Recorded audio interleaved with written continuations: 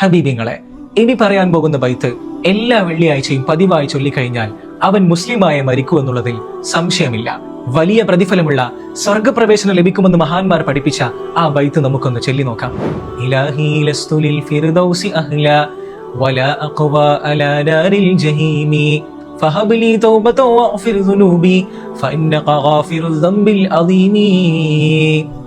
എന്താണ് ഇതിന്റെ അർത്ഥമെന്നല്ലേ നമുക്ക് നോക്കാം. ഇലാഹി ലസ്തു ലിൽ ഫിർദൗസി അഹ്ല, എന്റെ റബ്ബേ, നിന്റെ സ്വർഗത്തിന് ഞാൻ അർഹനല്ല. വലാ അഖ്വാ അലാ നാരിൽ ജഹീമി, നരകത്തിന്റെ കത്തിജ്വലിക്കുന്ന അഗ്നിയെ താങ്ങാനുള്ള ശക്തിയും എനിക്കില്ല. ഫഹബ്ലി തൗബതൻ ഫഗ്ഫിർ ദുനൂബി, അതുകൊണ്ട് എനിക്ക് നീ തൗബ നൽകുകയും എന്റെ പാപങ്ങൾ പുറത്തു തരികയും ചെയ്യണമേ. ഫഇന്നക ഗാഫിറുൽ ദംബിൽ അദീമി, കാരണം തീർച്ചയായും നീയാണ് പാപങ്ങൾ പൊറുക്കുന്നവൻ.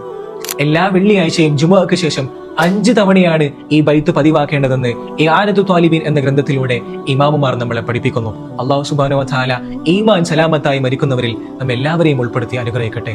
ആമീൻ യാ റബ്ബൽ ആലമീൻ.